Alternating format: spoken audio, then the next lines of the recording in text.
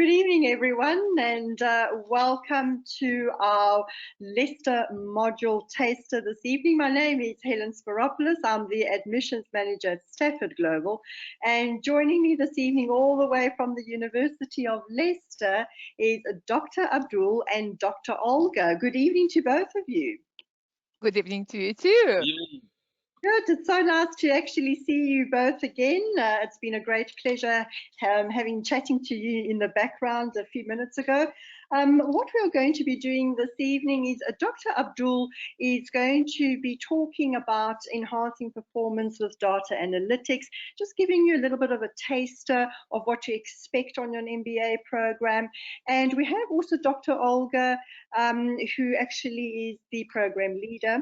And if you do have any questions towards the end of the presentation, you're very welcome to ask Dr. Olga about the program. And again, Dr. Abdul is here to answer any questions about the topic he will be discussing this evening. Okay, just a little bit about Stafford Global. We are a resource centre for 6 UK universities, one of which is University of Leicester, and we do have quite a long relationship with the university, and we do offer a variety of programs ranging from certificates to diplomas, MBAs right through until doctorates. So we really do have all the programs for your personal and your professional needs. Now, the mere fact that you're all here with us this evening, and I can see there's quite a lot of you from KSA as well as from Qatar and the UAE. Now, the mere fact that you are here with us this evening means that you have been in touch with one of our experienced academic consultants, and our role is to assist you throughout the entire application process and get that very, very important unconditional offer. Okay, so I'm going to leave it at that for now, and I'm going to hand you over to Dr. Abdul, and then I will return towards the end of the presentation to actually look at some of your questions. Over to you, Dr. Abdul. Thank you, Helen, for that lovely introduction. I really appreciate that.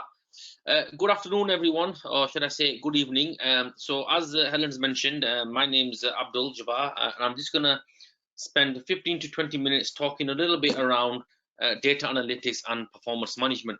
So this is a presentation that I've done in the past when I worked with one of our local sports teams.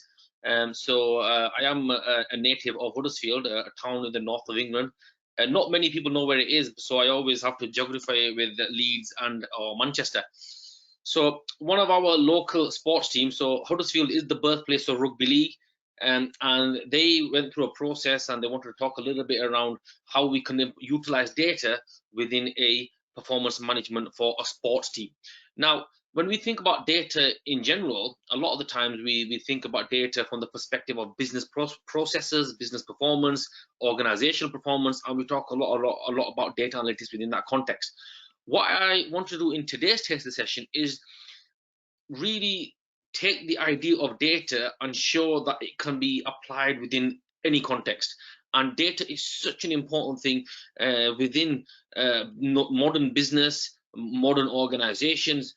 No matter which industry you go in today, data is fundamentally the key component that drives or supports decision making, whether you're working in the health sector, whether you're working in the finance sector, whether you're working for charities, whether you're working in sport organizations, whatever. Data is always a fundamental component in there.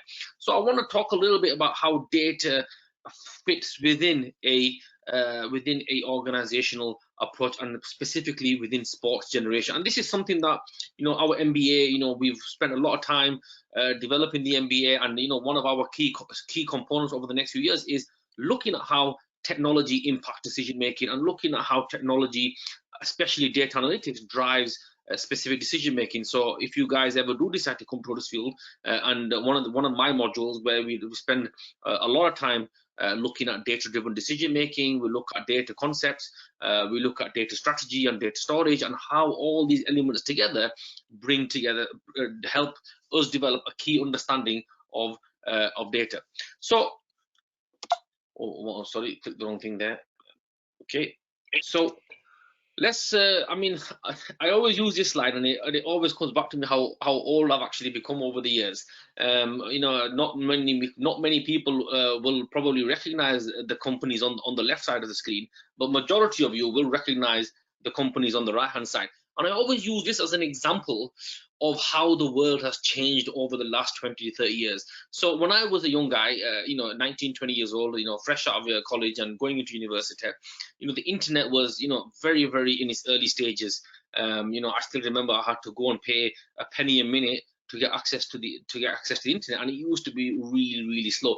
But even at that time, you could see that the world was going through a process of change. And change and decision making and analytics literally go hand in hand, because as society and as technology starts to bring more and more disruptive elements to the marketplace, it's how do companies respond to that.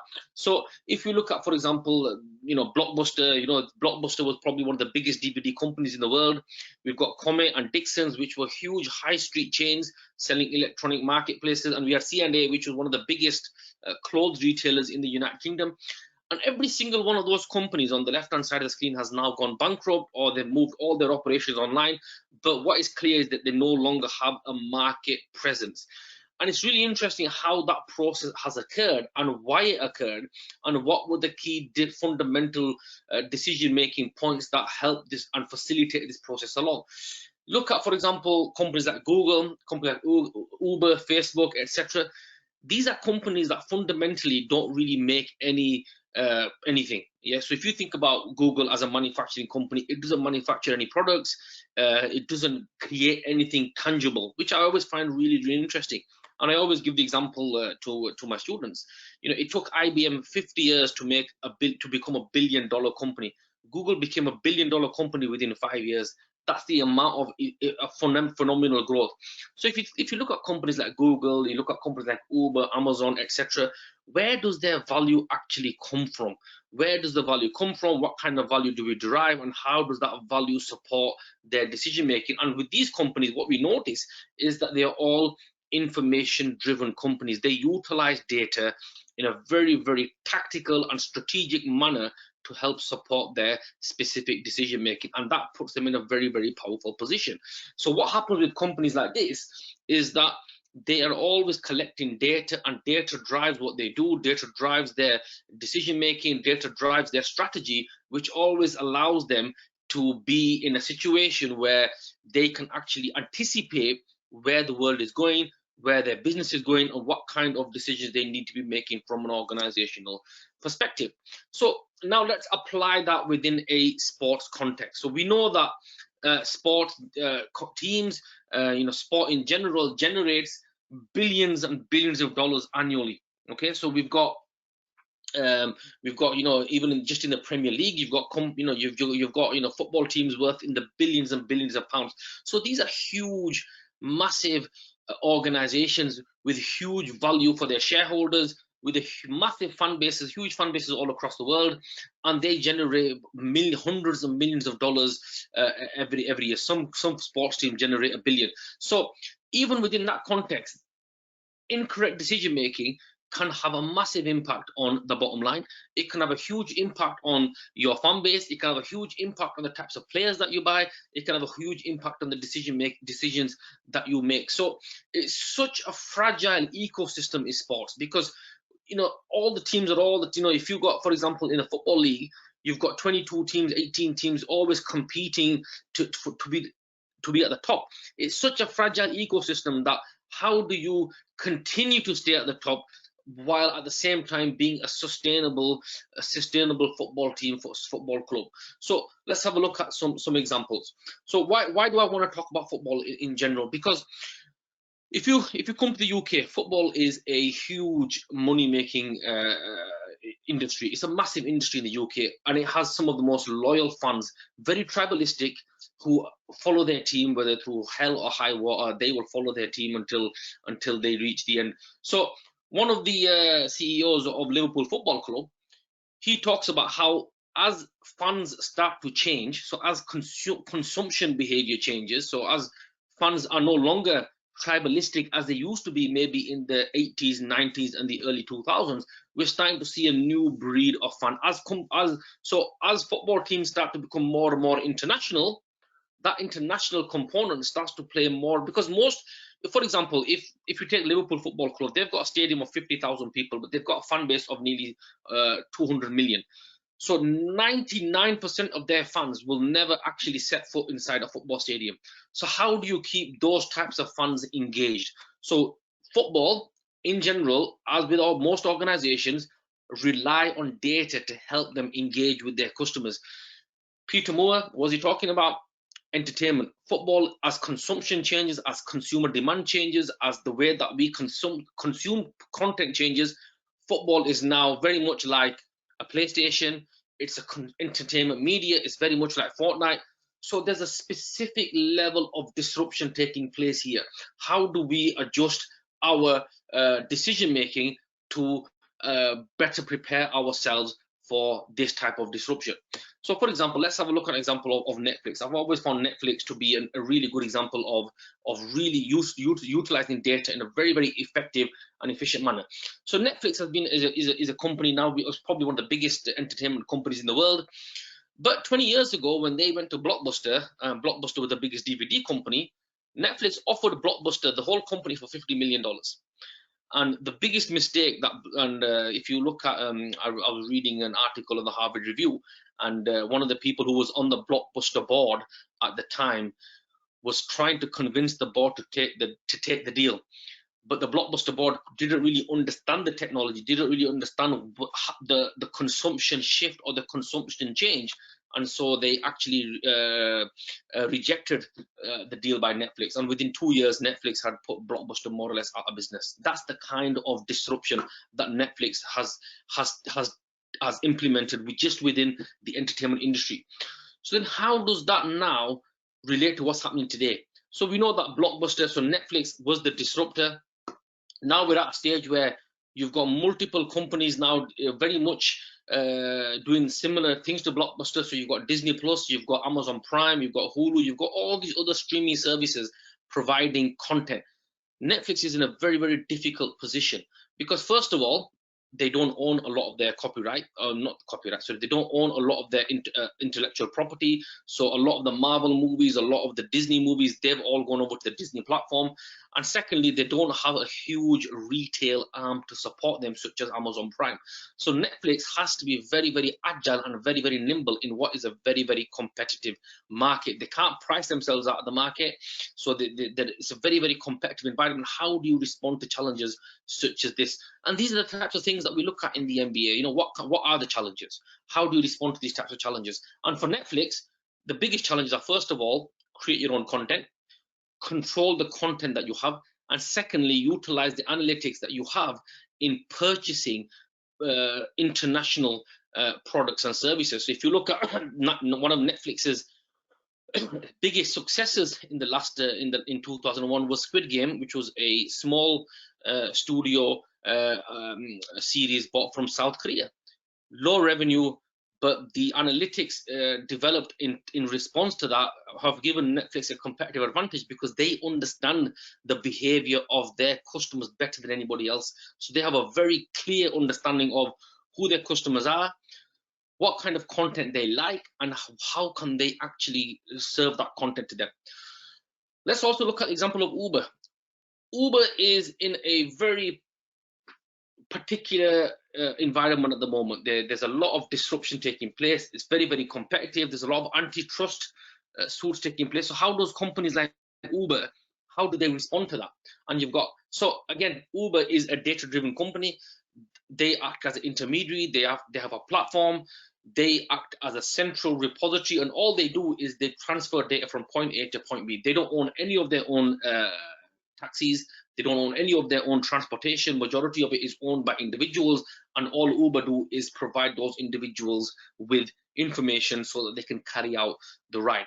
Huge amount of power companies like Uber have when you control information at that scale.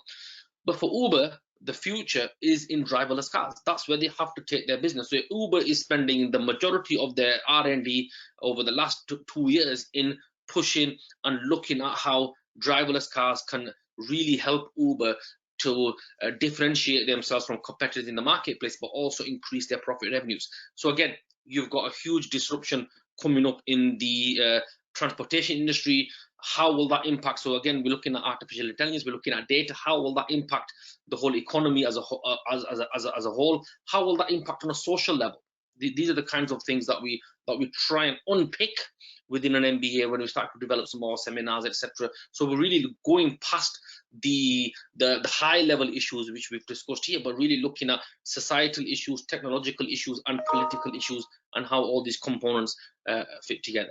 Okay, so going back to the analytics in sport then. So we've got different types of decision making. You've got those decisions that you can make that are in relation to on the pitch, and you've got those decisions that you can make that are in relation to off the pitch. And there's a load of data available on players now. So remember, going back to what I said, every single decision that you make can have a negative impact or a positive impact on a club, on its revenue, on its fan base, huge ramifications worldwide.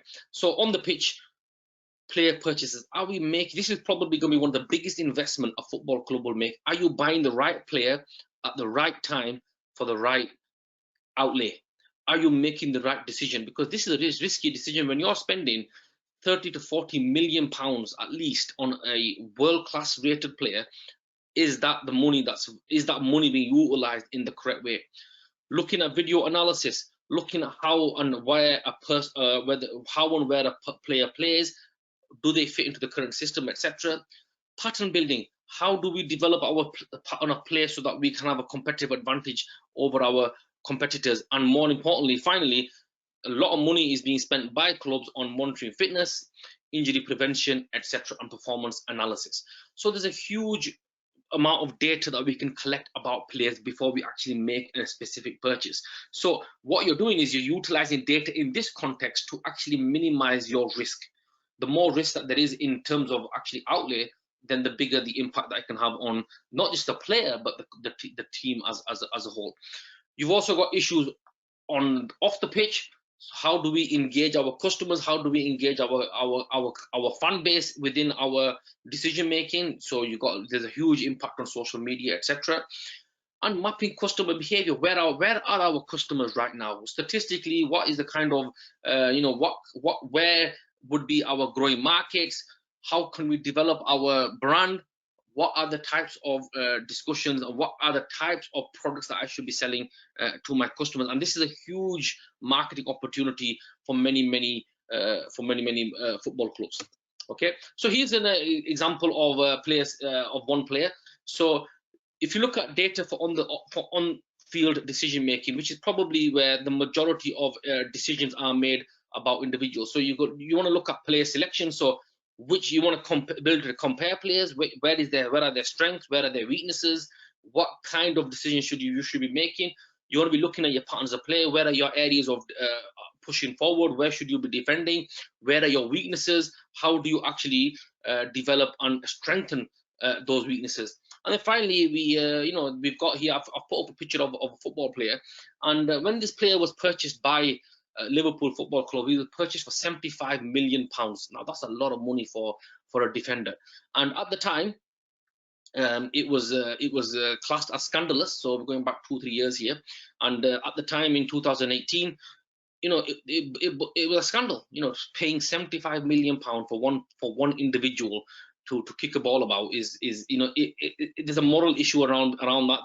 There's all these other societal issues about how people feel about paying these types of sums for a specific individual. So Virgil van Dijk purchased for £75 million, but the return on his investment has been absolutely phenomenal for a club like Liverpool. They won the Champions League, they won the Premier League for the first time in 30 years. They won another 4 or 5 other cups on top of that. So you could argue that while the outlay was high, the data-driven analytics behind that purchase. So if you, in terms of Virgil van Dijk, there was a lot of research taken on how quickly he recovers in his sprints, his heading ability, his passing ability, his scoring. All these fundamental variables and statistics were brought together, and then a decision was made about whether we want to purchase and spend £75 million on one football player, but the return on investment has been huge. So you could argue that analytics lessened the risk in the purchase of this player, but the lessening of the risk also carried a higher return on its investment. Okay, and he is very injury prone, but he was injured last season. So you've got a huge amount of data being collected to lessen the risk on player purchases within a football club environment. And that's just not one area what we can develop. Data for off the field decision making can also be structured, and these are just some of the areas, not just off football, but in any single environment, in any single business, in any single organization. These are the types of decisions that you'll be making. Take COVID, for example. COVID is an excellent example of how data was utilized to drive, especially in the UK, how data was utilized to drive the vaccine strategy, how data was utilized to lock down specific areas, to open up specific areas, how data was utilized to really understand the spread of the virus, and how that process was mapped on the NHS digital website. So I'm gonna come to a close there, and I know I've just done a whistle-stop tour of data analytics in a nutshell. But I just want to get across, guys, that in this MBA, what we focus on is preparing our students for disruption, preparing our students so that when disruptive elements do come along, you're in a position to make decisions in a collective, calm manner. The focus is on, so in this module, for my module, if you ever come to take it, the focus is very much on how does data impact the way that I think about a specific decision. How does data help me to develop my decision? How does my own experience help me to support that specific type of decision? And that's a key skill in itself. Okay, so I think that's 20 minutes now. I'm gonna finish there. So if anybody's got any questions, I am available for questions. If you want to ask me anything about Liverpool Football Club, or if you want to talk about data in general, please do provide me with questions. I don't know if Olga's back. Thank you very much, Abdul. That was so exciting. I know nothing about football, I'm afraid, but even for me, you kind of you explained sufficiently about the need to use the data to manage the risks, to make sense. And obviously, you know, in the business environment, I understand, but I think sports makes a particularly exciting example to which everyone can relate. Thank you, Olga. Okay, fantastic. Well, if you do have any questions for Dr. Abdul, please feel free to type these out now so that I can actually relay them through. However, we have seen a few questions that have come through for you, Dr. Olga. One of the questions is, I have been onto the University of Leicester website. There is a slight mention of further accreditation over and above AMBA. When will this actually come about? Are you going to look at getting a triple accreditation? Yeah, we are. I mean, we have already started the process for ACSB, but it's a long process. It's a 5-year process. Yeah. So we're just at the start. Yeah, I mean, and hopefully in 4 or 5 years' time, we'll get there. Yeah, just to reiterate that, I mean, I have got experience of ACSB from my previous institution, and I think this is one of the things that I will be involved in. And as Olga said, the process has started, but with ACSB, it's quite a rigorous process, and it does take a while. So hopefully, within the next few years, we will be ACSB accredited. Excellent. But the overall ambition of the business school is to have triple crown. We are manifesting. Of course, excellent. Okay, and can you please advise if there are any examinations in this MBA program? Yes, there are, but they're well, I shouldn't be saying that, but they're easy because they're not in-class examinations. Yes, they are online examinations, and the way they happen, yes, they are essentially, you would call it take-home open book. So you get your exam on Friday morning, yes, your exam questions, and you have to submit your answers by Monday morning. Well, UK time. So we, sorry, measure 9 a.m. on Friday and turn it in 9 a.m. on Monday. And for the first, oh gosh, we have now extended 10 hours. For the first 10 hours, yes, you are allowed to ask questions about the exam if something is unclear online, and we will answer. So. Excellent. Excellent. Good. Okay. And is there any way that this program can be shortened? I have been told that it's approximately 30 months. Is there a fast track option?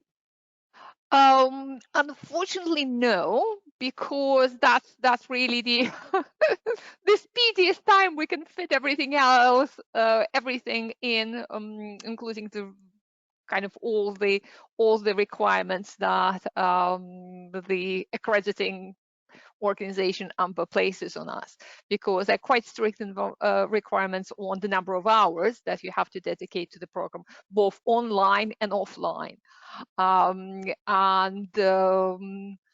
That amounts to roughly 14-15 hours per week, considering that you're all in full-time jobs, or the majority of you are.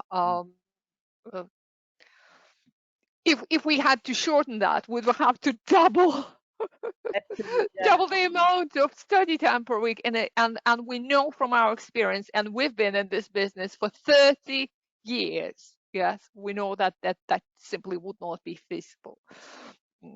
Okay, and here's a very interesting question with regards to workshops. Do you plan to resume any of the workshops soon? That was actually such an interesting question. We were just actually having a little bit of a chat about that earlier. So yes, will these be resuming anytime soon? Yes. Well, first of all, we've never stopped the workshops. They just moved from residential to online, and we just finished our February online workshop that was fantastically well received. Simulation game played by all the, I think there was about 120 participants from our program online from all parts of the world. So super fun.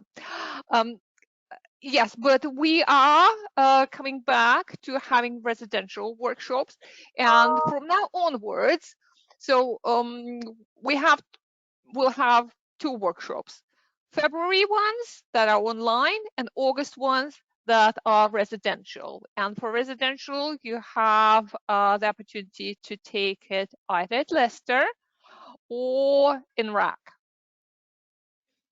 Okay, good, and I hope that actually answers your question. It's actually quite a positive thing for most of our applicants, which is fantastic. Okay, very interesting question next is your live lectures. Are these recorded? What happens if I cannot attend? How is that scheduled? Except for the first 2 lectures and the beginning of the program, which happen roughly within the first 2 weeks. So if we're yes, well, we're talking April start. So the first one will be on the 4th of April, and the other one will be a week later, which is what, 11th of April, 12th of April? I can't. All the other lectures are pre-recorded, so you don't have to be there. You can listen to them, watch them rather, yes, because they normally have like the PowerPoint component and the audio component. So yes, you can watch them at your leisure.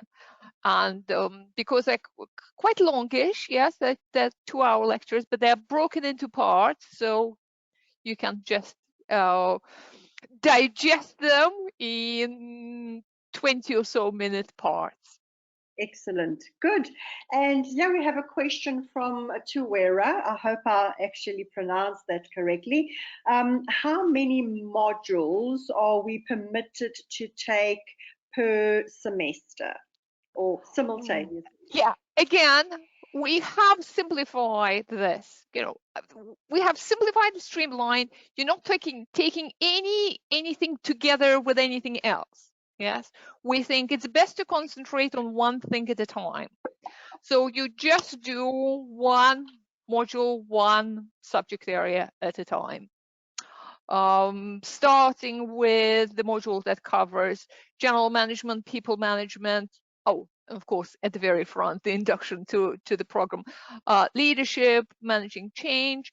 Then you move on to the module that covers operations management, marketing, entrepreneurship and innovation. And again, it's kind of in parts. Yes, so you start, you do a couple of months on operations management.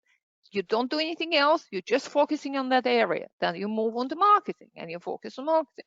And then you move on to your finance, economics, and accounting, and strategy and data analytics and decision making, and CSR and ethics. And after that, after these three first core modules, you have a choice to specialize in one of the three options. So either people management, basically HRM, or finance, or marketing. And once you've done your option, then you move on to research and consultancy methods and your MBA project. And that's Good. it. Yeah, I was just a very, very very well explained. Excellent. Okay, and this is a very popular question that actually comes up quite often. Do you have any job placement opportunities, even though I am based in Saudi Arabia? Can I actually get a job in the UK? Well, we will support you because we have massive career development and support program, and we have people who would help you with everything from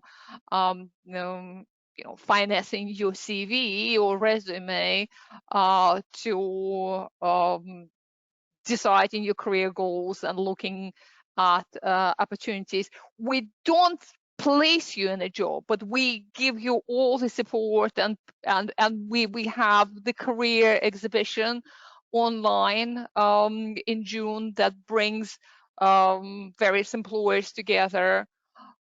So we will provide all opportunities and all support for you to find that coveted job, but we don't place you into a job.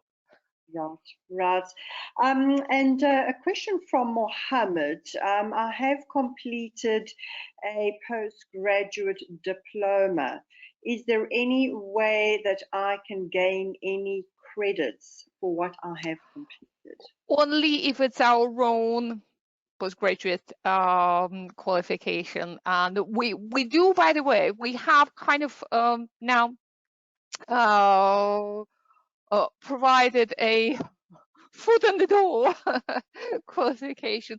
That is to say, if you're not yet ready, not sure whether MBA is for you, you can take postgraduate certificate in business administration, and that's only 12 months. And you will get, obviously, the award at the end of it if you complete it successful. And then you can decide whether you want to continue and do another 18 months to finish your MBA program, or you want to pause, maybe take, I don't know, a year, 2 off, and then can come back. So we now have our own postgraduate qualification that you can take before committing yourself to the entire program. Well, that's an excellent option for students to actually look at. That's fantastic. Excellent. And this is from Salima, who is based in Qatar. Can I actually start off with the online program and then move to full-time on the campus halfway through my studies? We don't have the campus-based equivalent. We are fully online well, with obviously residential bits if you wish to come face to face, but no, we're fully and only online. Okay, and a lovely question from Nura. I have a master's degree in architecture, and I have been working for more than 10 years in architecture and interior design. How will this MBA assist me in my career? Well, if you want to start your own architectural practice, yes, you obviously need the knowledge of the all functional areas of the business. Yes, and you need to know how to start out as an entrepreneur. You need knowledge of marketing and finance. You need knowledge of, so essentially we give you the knowledge of all areas that could help you to start and run your own business. Good. I hope that answers your question there, Nura. And a very popular question, will my degree certificate state online distance learning? I am based in Kuwait, and they would not, my government would not actually look at this favorably. So can you please give me a confirmation on that? What's not favorably? Because it's online, or because it's no, it doesn't say anywhere. And you know, these days, since pretty much all programs have been running online during COVID all over the world, so everyone stopped asking these questions and will never, I don't think will ever ask again. Plus, you know, the program is fully AMBA accredited as an equivalent to anything campus-based. So there's absolutely no question, and we're happy to present all the credentials to. And the next, I've got about 3 people that have asked the same question, which is actually related to assignments. In the event that they fail any assignment, is there a critical review from the tutor so that I know where I have gone wrong? Absolutely. We provide, well, at least a page. Sometimes I personally provide pages and pages of feedback. Absolutely. You get feedback in writing, not just on your assignments, on all your examinations. So you will have written comments on each question, comments on the overall, and also not to worry, but if you fail an assignment, you can always resubmit it. You know, if you fail, well, normally what we do, if you fail, okay, I'm sorry, can I turn a short answer into a long one? Yes. So for all modules, you'll have 2 pieces of assessment. For the first 3, it's an exam of the type that I've explained already described, and an assignment. So if you fail one of these assessments, yes, it doesn't necessarily mean you failed the whole module, because these are equally weighted. So you may pass the module overall. So if it turns out that you failed both assessments, then you will be given an opportunity to retake the assessment for the whole module, and that will be in the form of a short assignment that you'll have to again complete in 3 days or so. Yeah. And just to add to Olga's, there is also support available before you submit your work, so let's not go for the negative. Exactly. Absolutely, and that's actually a question that has come through also from Fatima regarding the support that is provided by the tutors at the university. So the question is, how do we contact the tutors? How supportive are they?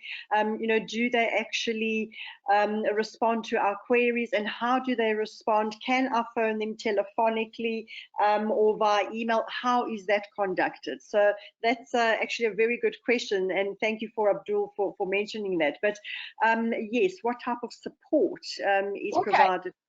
So first of all, there are two types of support. There is support within the module, from your module tutor who teaches you this specific subject. So anything related to that and assessment, that goes to the module leader. And then you're also assigned a personal tutor for life who starts with you at the start of the program and stays with you throughout the whole program, who helps you with your study skills, with your progression, helps you decide on your options, and so all kind of study related, not subject related, but study related, and help with time management and general study skills. You have this extra support. But within the module, from your module leader, module tutor, well, first of all, you see them face to face because we have online seminars every other week. Then every week, yes, there is we work through the platform called Blackboard, and there are weekly forums on which you ask the questions, questions about lectures, questions about seminars, questions about readings. These are kind of open, public, so some students say they benefit from other students asking questions so that they don't have to ask the same questions. But so all the students' questions are answered there. That's kind of more. Of course, you're always welcome to ask questions via email or arrange a online meeting via Teams. So all sorts, but there's also this this kind of public forum where you every week you can go with your questions. You can see what questions other students are asking, what problems they're dealing with, and there are of course also kind of supportive discussion points. Like this week we're discussing this, that would help you understand the subject area. Next week we're discussing something else, and so on and so forth. So good. Okay, so there is quite a lot of support. Plenty of support, and that's what students particularly like about the program, because, well, first of all, everything is delivered by us, the academics, at University of Leicester School of Business. We don't contract out, it's not some, I don't know, adjunct, whatever, tutors done by some private company. No, it's all us. I teach myself 2 modules, Abdul teaches, we are constantly in touch with the students, and we are extremely personable, supportive, and we think of MBA students as our family, really. I'm known affectionately as Auntie Olga because I'm the program director. Well, we'll look after all our students during their studies and also after they graduate, because they keep in touch, they tell us all their news, they come back and help other students. These are also fantastic networks for you guys to be built into, because they are all over the world. You're talking about job placements. Well, we don't place, but you can get a placement through through alumni of Leicester MBA, through your classmates on the program. These are very, very good and strong networks. Good, excellent. And we've got 2 final questions. And it's related to what is the maximum time period I can finish the program. And this is from Bernard, who's based in Oman. And the reason for this question is I do have quite a lot of roles and responsibilities, and I do actually have to fly around, and I don't want to put additional pressure on myself. So the question is, can I stretch it? And if so, yeah, you can stretch it to 5 years. Excellent. Okay, so that's, again, there's the flexibility of the program. Very flexible. Very, very flexible. Excellent. And a very last question, and actually about 4 of them have asked the same question. Will you be having a graduation? And if so, is it at the university or Yeah, absolutely. I mean, if you can't or don't want to come, of course, it will all be sent to you. And we also, you know, when we couldn't have the physical graduations, we had fantastic virtual graduation celebration ceremonies. But we've restarted. We're back to physical graduations. There was one in January, and I can tell you, it's majestic. You know, you really would want to come because it's such pomp and ceremony and so traditional, and everyone in, you know, this academic gowns and with hats, and it's very moving and it's just beautiful. Well, absolutely. You know, they've worked so hard. Sorry, Abdul, continue. I was just going to say, I think we're more excited back to face-to-face graduations than the students. I think so, yeah. Well, so that we can see the students also, you know. To physically see them, and you know, it's such a lovely auspicious occasion because they've worked so hard for it, you know. So we really do encourage applicants to attend this. And they come with families, and it's like massive. You know, we also have special reception for MBA students, champagne reception, by the way. So sorry. Good. And I mean, with also other options obviously available. So we had a small one this time, and they're not, unfortunately, again, you know, not that many students could come, but we had a handful, and it was very, very nice to see them. Well, excellent. Well, we've actually managed to go through all those questions. Unfortunately, there weren't a lot of questions for Dr. Abdul at this point, but more about the program, which is fair enough. It's excellent. Yeah. We do have a few places available for this upcoming April cohort. So if you do want to still start your program now, please do get in touch with your academic consultant at Stafford Global, and we'll assist you to actually get through the admission stage and get that very important unconditional offer. Okay, if you do have any other questions, again, for Dr. Olga or Dr. Abdul, we can give you their emails, and you're very welcome to email them as well. Yeah, absolutely, so, yes. With us, and then we'll be able to assist you with that. Again, thank you very much, Dr. Abdul and Dr. Olga. A great pleasure having you both here today. And thank you everyone for attending this webinar this evening. Have a fantastic evening and hope to see you soon. Indeed. Hope to see you soon, indeed. Thank you very much, everyone. Bye.